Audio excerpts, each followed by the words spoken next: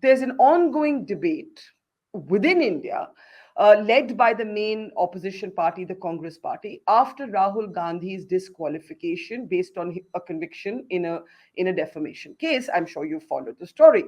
As somebody who has interacted with Rahul Gandhi, who has joined at a moment his Bharat Jodo Yatra, how do you see his disqualification? How do you see the debate around democracy that is generated? Well, I think let's go beyond personalities here to go to principles, right? I think in this disqualification, as well as the conviction, I think there are two very important issues that we all should be thinking about. I mean, it is a tragedy for India if free speech is curtailed, and we're seeing a constant erosion of this space. This judgment is a kind of wake up call. If someone can be convicted and sent to jail for 2 years for a few offhand words in a speech, you have to start worrying about who will dare speak up in public. And we Indians absolutely need to be able to speak up, whether it's to protest against a local corrupt tehsildar or whether it's to put forward a different vision of India from the dominant vision. We need that debate. And time and again, we see if you have the powerful sitting in their own echo chamber and hearing only applause, they take wrong decisions. They have no means of hearing what they're doing wrong and to course correct. So the lack of free speech will worsen the quality of government and hurt development and growth. And I think the sooner a high court reviews and reverses this judgment, the better it will be for India. So that's number one. The second, I think, is the tragedy of the disappearance of decency, of mutual respect in the way that politicians treat each other. They should be trying to debate each other to prove they have better arguments. Instead, we see them trying to shout down their opposition, to expel them from parliament, to investigate and jail them. And this really is very worrisome for the future because it spells the end of any form of cooperation between the government and the opposition on issues of national importance. And we have plenty of them, as you well know. It also means the stakes for the government of staying in power go up exponentially for fear of what will happen otherwise. And that, of course, is terrible for democracy if you try and hang on to your seat by every means possible. No matter what you think of the personalities involved, these are very concerning developments. And I hope that more Indians, many more Indians, will raise their voices against them.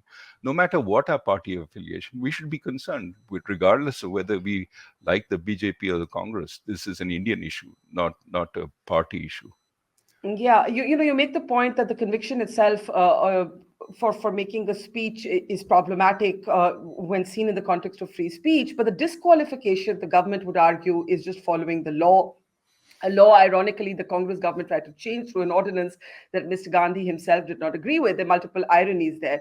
But when you look at what's ongoing, do you know do you what concerns you the most? The breakdown of civility between government and opposition, the fact that someone can make a speech and just find themselves out of parliament. It raised Rahul Gandhi. Tomorrow it could be a BJP minister.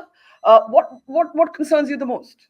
Well, as I said, I think the reality is that even the expulsion from Parliament. Forget the technical details, right? I mean, the question is when the judgment was suspended for 30 days for appeal. Was it really necessary to kick him out? I don't know. I'm not an expert on these issues. But when you look at it, I mean, one of the things we should be concerned about in India is we flood the G20 with we're the great democracy and we're the fount of democracy. And then a few weeks after the G20 meetings, we have something like this happening.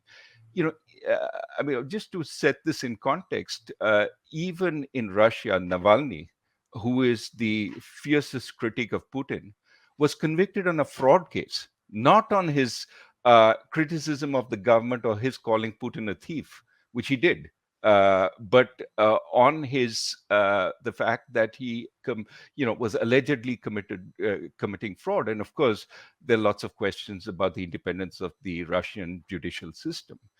But what I'm saying is that there are very few countries outside the authoritarian sphere where you have senior politicians convicted on the basis of speech alone, and that is and sent to jail. That is something that we need to worry about a little bit, because this is it is a different situation from the past. It also doesn't sit well with the image we're trying to portray internationally. We're a democracy. We're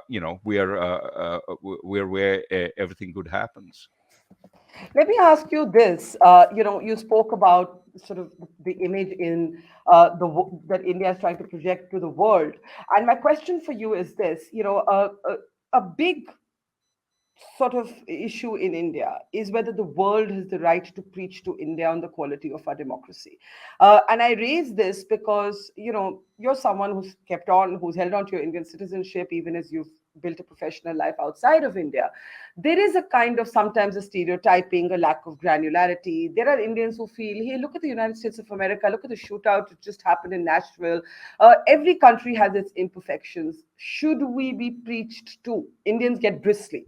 How do you tackle this question? No, I think it's fair to say we Indians will fix our own democracy. I think Yeah. that's important. And that is why I think we should. I am hopeful. That's why I think our system should work. I'm hopeful the higher courts will review this judgment and they will take appropriate action.